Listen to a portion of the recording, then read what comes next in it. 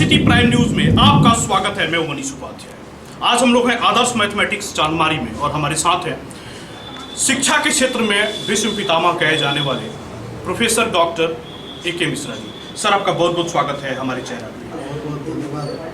Sir, आदर्श mathematics के माध्यम से आज कोविड काल होने के बावजूद इस शहर में बच्चे जो हैं काफ़ी अच्छा रिजल्ट लाए हैं ISC में, चूँकि मैथमेटिक्स यहाँ पे पढ़ाई होती है। तो ऐसे बच्चों को क्या सुझाव देंगे कि उनको ISC के बाद किस तरह से सब्जेक्ट का चयन करना चाहिए और अपने लक्ष्य को प्राप्त करना चाहिए?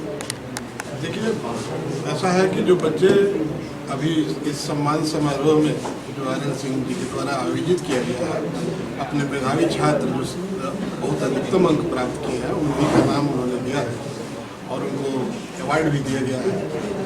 तो वे बच्चे अपने प्रतिभा को खास करके मैथमेटिक्स में जो दर्शाया है, तो मैथमेटिक्स का अपना एक महत्व है कि mathematics is the language of science.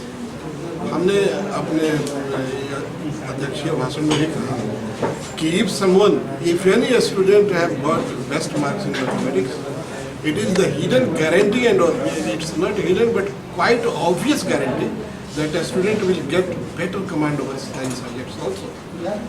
क्योंकि मैथमेटिक्स विज्ञान की भाषा है। अगर आप मैथ नहीं जानते हैं तो फिर विज्ञान आप नहीं जान पाएंगे, और मैथ में अच्छा अंक आना बताता है कि आपका फिजिक्स और केमिस्ट्री भी अच्छा होगा। तो इसका उपयोग छात्र डॉक्टर बनना चाहते हैं तो वहाँ कर सकते हैं। एक्चुअली मैथमेटिक्स रोल प्ले नहीं किया है। मैथमेटिक्स डॉक्टर के लिए ज़रूरी नहीं है, वहाँ बायोलॉजी चाहिए, लेकिन मैथमेटिक्स वाले अगर एडिशनली बायो रख लेते हैं, एडिशनल में मैथ रखे हुए हैं, वो अगर देते हैं तो फिर उनका उसमें बेटर एस्पेक्ट है।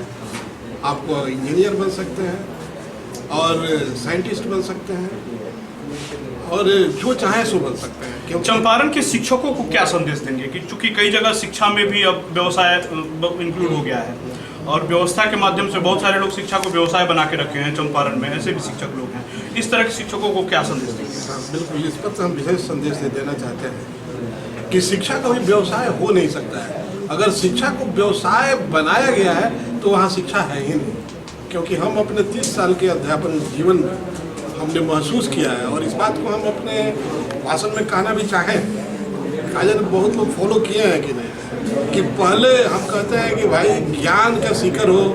हमारे विद्यार्थी इसलिए ज़्यादा इम्पोर्टेंट है क्योंकि हमारे ज्ञान की आवश्यकता उनको है। They are seekers of knowledge. तो हम ये समझ रहे हैं कि वो हमारे नॉलेज को अप्रिशिएट कर रहे हैं, लेकिन उनका हिडन है कि हम डॉक्टर बनेंगे, इंजीनियर बनेंगे, बहुत बड़ा व्यवसायी बनेंगे, एक वेल्दी पर्सन बन करके समाज में उभरेंगे, हमारे फिजिकल कंफर्ट के लिए बहुत सारा जीवन में ये ज्ञान जो है सो पे करेगा। लेकिन एक प्लेन ऐसा क्रिएट कर देता है जो हम महसूस करते हैं, वहाँ लगता है कि ज्ञान के बाद it is the sufficient thing. If you are having knowledge enough, then there is no meaning of anything else. Wealth is quite trivial.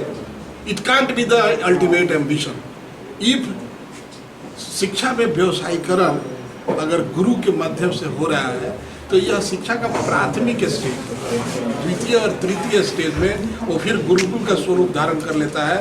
और हमारे विश्वामित्र, दंड्यायन, कपिल, इन लोगों का अवतरण होने लगता है जब ज्ञान वहाँ पर साक्षात्कार कराता है। सर, वो आपने अपने भाषण में कुछ पथ और सूर की बात कर रहे थे, कैसे उसको आपने कहा, जरा उसको फिर से रिपीट। ओ पथिक क्या, वह पथिक क्या जिसके पथ में बिखरे सूल न हो, उस नाविक की कार्य कुशलता क्या जब धारा प्रतिकूल न हो। धारा अगर प्रतिकूल नहीं है तो धारे की दिशा में बहना तो बड़ी ईजी है, प्रतिकूल दिशा में ड्राइव करना वो तब आपकी कार्य कुशलता वहाँ देखी जाएगी। आपका बहुत बहुत स्वागत है सर, बहुत बहुत थैंक यू भाई, थैंक यू। आदर्श मैथमेटिक्स के संचालक सर से हम बात करेंगे। संस्थान की सफलता पर अपने छात्रों को क्या संदेश? इसमें जितने भी हमारे छात्र सफल हुए उनको सबसे पहले उनके उज्ज्वल भविष्य की हार्दिक शुभकामना।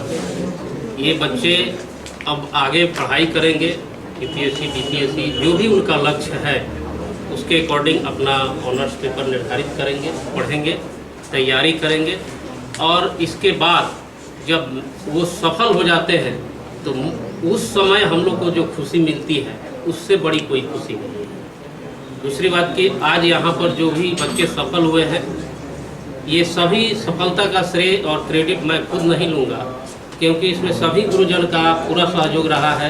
बच्चे काफ़ी मेहनत किए हैं, विषम परिस्थिति में मेहनत किए हैं, और हम लोग लगातार ऑफलाइन और ऑनलाइन दोनों मोड में आकर 2 बार मैंने अपना सिलेबस समाप्त किया है। ऑब्जेक्टिव का कलेक्शन लगभग 3, साढ़े 3, 4 हज़ार मैंने अपने चैनल पे पढ़ाया है, लाइव पढ़ाया है, और लगातार टेस्ट लेकर के जो मैंने टेस्ट का फ़ायदा देखा है इस लॉकडाउन में भी, कोविड के चलते भी बच्चे अच्छा किए हैं। ये कहीं ना कहीं संस्था में जब आप अच्छे टीचर हैं तो जो पढ़ाते हैं उसका टेस्ट लीजिए और बच्चा से देखिए कि उसमें क्या कमी रह गया है, तो पर्टिकुलर उस बच्चा पर फोकस कीजिए कि उसको अलग से भी समय दे करके और उसके कमजोरी को दूर किया जाए। पढ़ाने का मेरा जो है एक अलग ही तरीका है। मैं समझता हूँ आप जो धन और ये जो भी बात कर रहे हैं व्यवसाय का, इसको तो मैं इतना दिन से पढ़ा रहा हूँ, कभी सोचा ही नहीं कि मुझे इससे कितना रुपया कमाना है, कभी नहीं।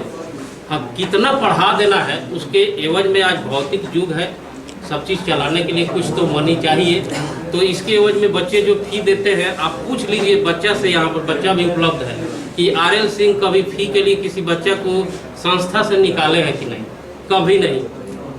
और मैंने गरीब बच्चों का भी फ्री में भी पढ़ाया है, कुछ बच्चों को, कुछ को कम में पढ़ाया है, लेकिन पढ़ाया है, उनके प्रतिभा को दबने नहीं दिया। धन्यवाद। खबरों का सिलसिला जारी रहेगा, मिलते हैं छोटे से ब्रेक के बाद।